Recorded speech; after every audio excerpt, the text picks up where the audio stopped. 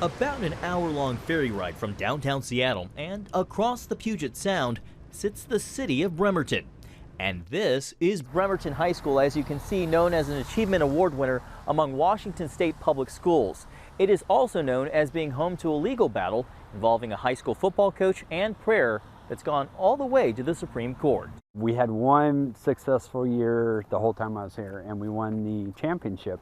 Joe Kennedy loves the team he coached on this field for years, still proudly sporting the school colors. Everything, even down to my t-shirt, is Bremerton Knights. In 2015, that pride turned to disappointment when the school district suspended him for a different public display, prayer.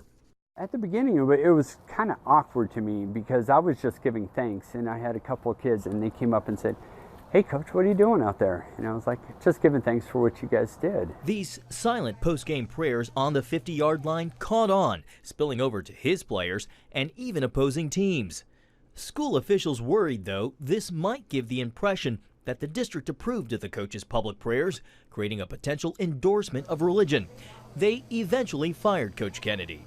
He calls that decision a violation of his free speech. No one should ever have to choose between living their faith and their job. His attorneys at First Liberty Institute argue this case is about the First Amendment and religious liberty. Coaches, teachers, students do not shed their constitutional rights just by walking onto a football field at a public school. Coach Kennedy's stance has sparked passion, with big-name supporters weighing in and critics who say he's just plain wrong. I talked about the challenges of being a Christian in a place like Seattle. Dory Monson is a popular right-leaning Seattle radio host who's addressed the case on his show. To be a successful coach, you have to bring a diverse group of kids together. I think once a coach starts imposing his faith in a public school, then I think you have challenged bringing those kids together. For him, this hits close to home. As a Christian and former coach, he quietly prayed for his players during games.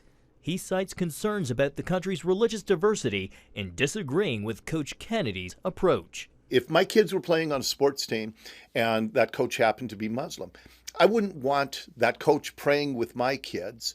And so I felt like as a Christian, it was not my responsibility to pray with the girls that I was coaching at the public high school. Kennedy emphasizes his prayers were never mandatory. I had some parents that I don't want my kid involved in that, and I respected that. That is their right as a parent.